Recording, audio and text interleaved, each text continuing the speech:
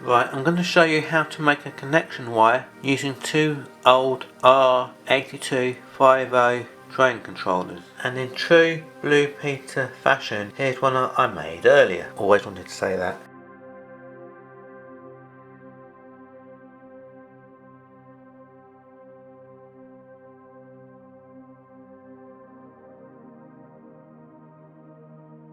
Just to show you it works. Basically I've just cut the ends of the controller and I've soldered them together, and I'll show you how. The wire length that I want might be different to the wire length you want, so you've got to measure it out, but it's very easy. First of all, you plug these in.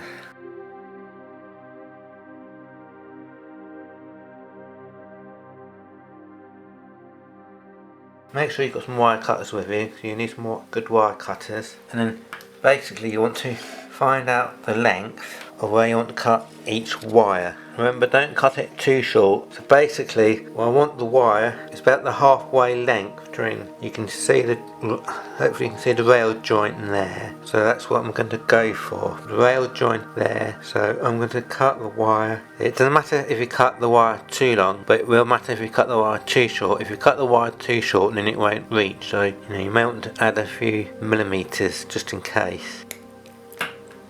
And then for this one here, and so you can already see, so you want to at least allow maybe 15 millimeters for them to overlap each other, maybe 2 centimeters, something like that. So I'm going to cut this other wire here about here. So now you can see I've cut both wires, so you can see they both should be okay now. Once you're happy with the length, you can obviously take them out of these little holder things, the connector, and you do that just by pressing these two little knobs down here, and you just pull it out. Now what you need to do, get some wire strippers. This is made by Plugs, and basically again you need to make sure you need to strip probably about 15mm 2 centimeters of wire, so showing the bare wire.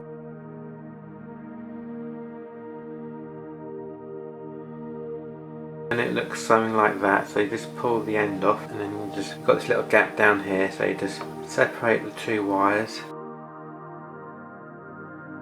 and then you do exactly the same for this one.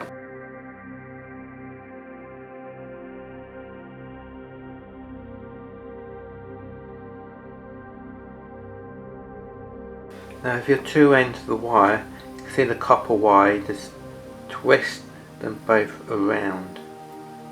So they're not, so the little, see there's lots of little copper wires and they go everywhere, so you want to straighten them out and then twist them all together so they're one wire. You don't want those little wires going everywhere.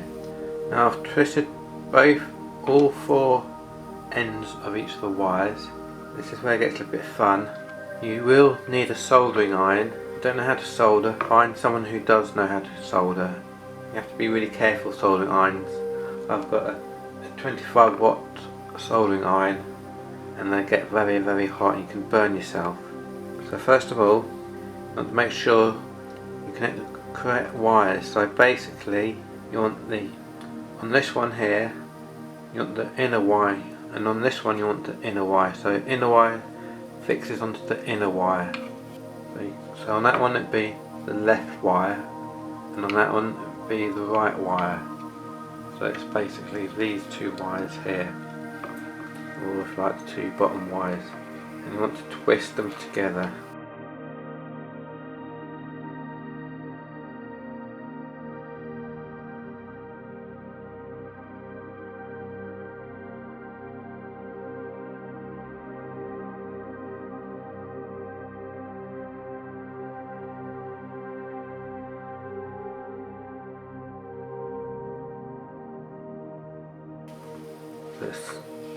You twist all up so it looks something like that. I don't know if you can see that too well, but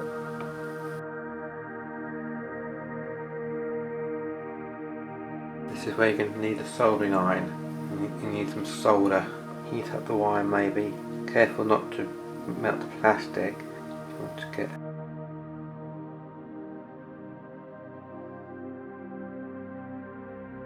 and cover the wire in so it makes a good connection. I'm not perfect at this. And then you do the same for this other wire. Now I've twisted it and I've put it together. Now I need to cover it in solder.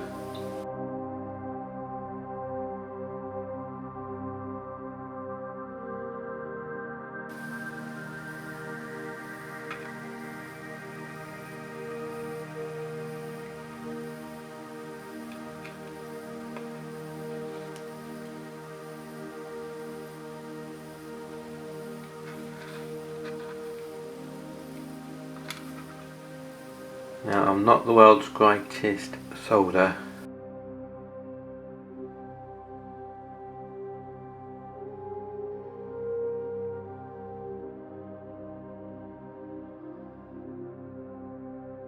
I think that'll do. Now I made a schoolboy error there. If you're good at soldering, you might have noticed I didn't put any flux on it. You can actually buy liquid flux. And what I should have done, I've got this little paintbrush, I should have dipped that in there, paintbrush into there. And then I should have painted with that brass flux over the wire on both these wires, but I forgot to do that. Anyway, a bit late now because I've done it. What you need now, so they don't accidentally touch each other, you need to get some insulation tape, cut a small tape off. Not much, you only want a small amount, I don't know, about 2-3 centimeters worth. And then you just get one wire and just making sure it covers both where the plastic is, the actual wire. And then you just fold it over and you press on it as well.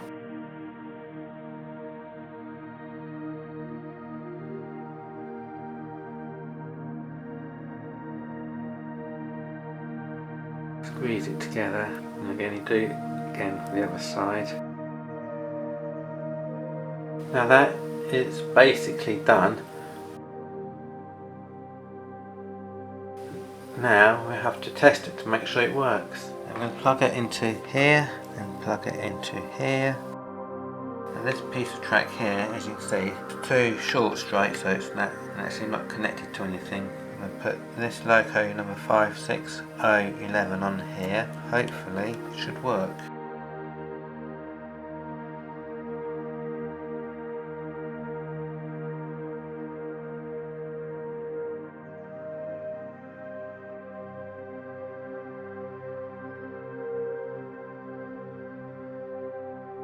And that is how you make a connection wire. So basically you need get some old wires from an old controller, cut the ends off.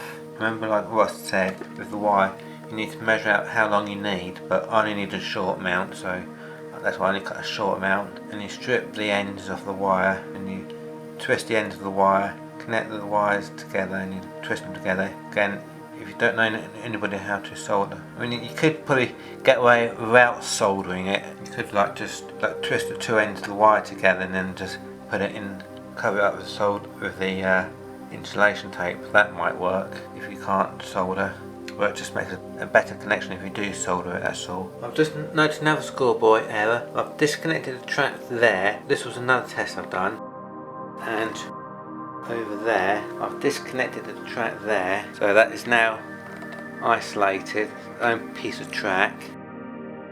And then you notice I've got two locos, and I've got this track here is connected just by that connection wire which I've made.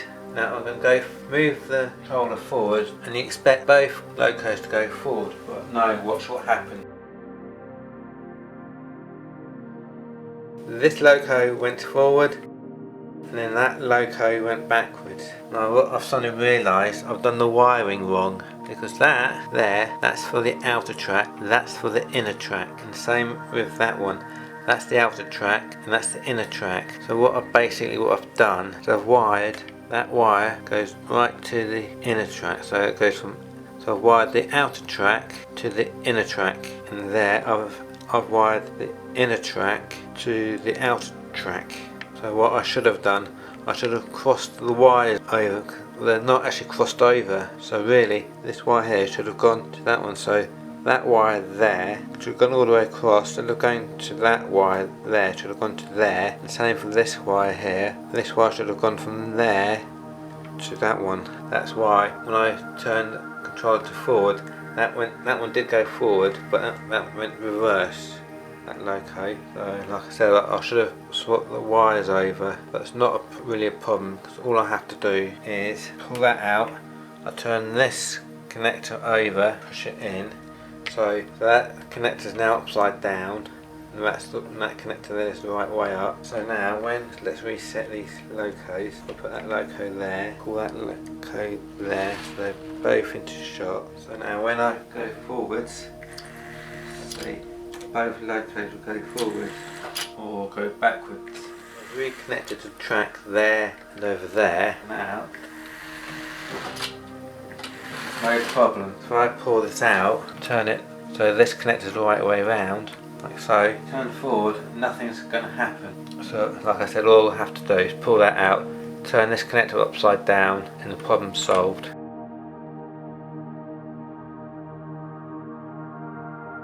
Anyway, me building this big layout is a bit of a learning curve for me.